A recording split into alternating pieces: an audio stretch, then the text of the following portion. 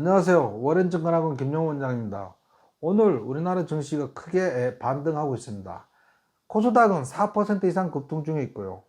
2차전지 관련주도 일제히 상승 중에 있습니다. 어제 제가 몇 번 말씀드렸죠. 이제 기술적 반등 구간에 들어섰다. 2차전지 관련주. 그러니까 우리 증시도 이제 하락을 멈추고 상승세로 돌아설 확률이 매우 높아졌다. 그 이유를 몇 가지 들었었거든요. 뒤에 좀 제가 정리를 해놨습니다. 어쨌든 오늘 영상 제목은 어제 영상에서 증시 반등한다 그랬죠? 라고 지어봤습니다. 예, 어제 뉴욕 증시는 FOMC 회의가 끝나고 이제 파월 연준 의장이 사실은 예상대로 매파적 발언을 했어요. 추가적인 금리 인상을 배제하지 않고 있다 뭐 이렇게 얘기를 했었는데, 어쨌든 증시는 파월 연준 의장의 발언이 끝난 다음에 일제히 상승을 했습니다. 핀비즈 지도 보면 전부 파란색이죠. 미국은 이제 파란색이 상승, 빨간색이 하락을 뜻합니다. 테슬라마저도 2.4% 상승을 했습니다. 피어앤 그리드, 요거 이제 공포와 탐욕 지수라고 하죠. 요거 며칠 전만 해도 27, 뭐 25 뭐 이랬었어요. 중간에 보면 원 이크 오고 27, 원 몬스 오고 25 이렇게 돼 있죠. 탐욕 피어앤 그리드 지수가. 근데 이제 지금 막 투심이 많이 돌아서도 회복되고 있습니다. 그 S&P 500도 4200이 깨지면서 굉장히 좀 고생을 했었거든요. 우리 코스닥은 고점 대비 한 20% 이상 하락을 했었어요. 그러니까 이제는 뭐 반등 나올 가능성이 많고, 또 산타 랠리가 시작될 확률이 매우 높은, 지금 투심은 매우 좋은 그런 자리입니다. 어제 FOMC 회의가 끝나고 파월 연준 의장의 기자회견이 있었는데요. 이제 뭐 타이틀이 이제 연준 2001년 이후 최고 수준의 금리를 유지했습니다, 뭐 이렇게 얘기했는데, 일단 11월 금리 동결 가능성은 99% 이상이었고요.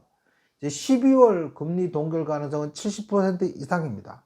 추가 금리 인상은 좀 쉽지 않을 것 같습니다. 거기에 미 국채 수익률이 올라가면서 금리 인상이 필요 없어지게 된 그런 영향도 있을 것 같고요. 실업률도 좀 늘어나고 있고 뭐 그렇습니다. 여기다 대고 파월 연준 의장은 신중히 지켜보겠다 이렇게 얘기를 했고요. 어쨌든 지금 기준금리가 5.25%에서 5.5%인데 요거를 오랫동안 유지될 것이다. 2022년 만에 가장 높은 5.25와 5.5%의 기준금리 범위가 연장되고 있다, 그런 내용이고요. 연준은 수요일 성명에서 3분기 경제평가를 9월에 견조하면서 이제 10월에 경고함으로 용어를 살짝 바꿨습니다. 그 다음에 이제 9월에 이전 회의 기간 동안 일자리 증가가 좀 둔화되었다고 지적한 이후에 일자리 증가가 완화되었습니다.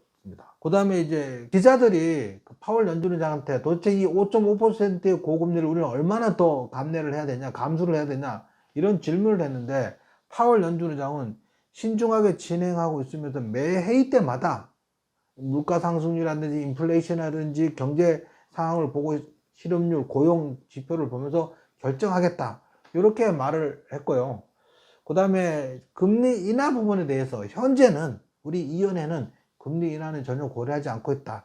이게 매파적인 발언이거든요.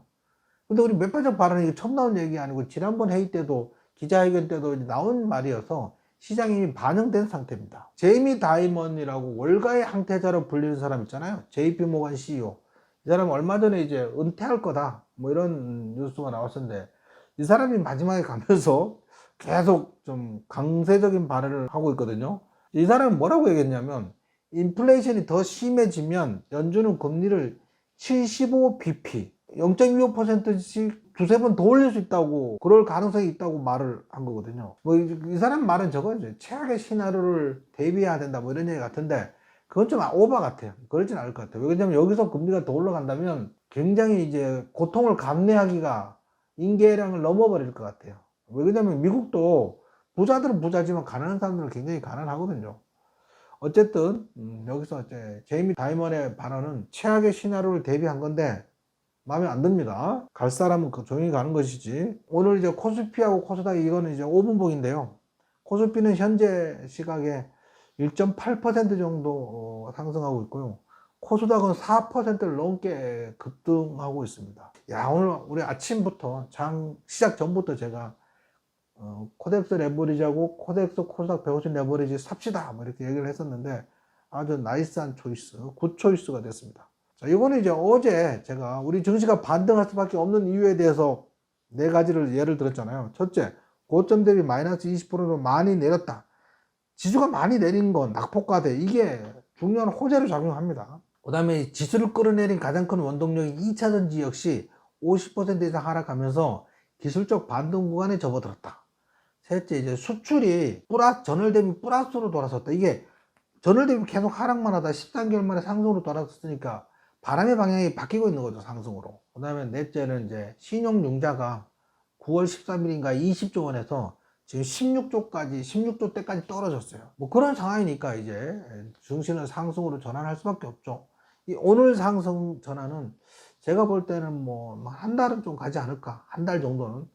물론 그 중에 예를 들면 한 1, 2주 올랐는데 뭐 새로운 악재가 터지고 그런 내리는 건 어쩔 수 없지만 지금 시점에서 상황을 전망을 해보면 한 11월, 12월 중순까지는 상승하지 않을까. 이렇게 조심스럽게 예측해 봅니다.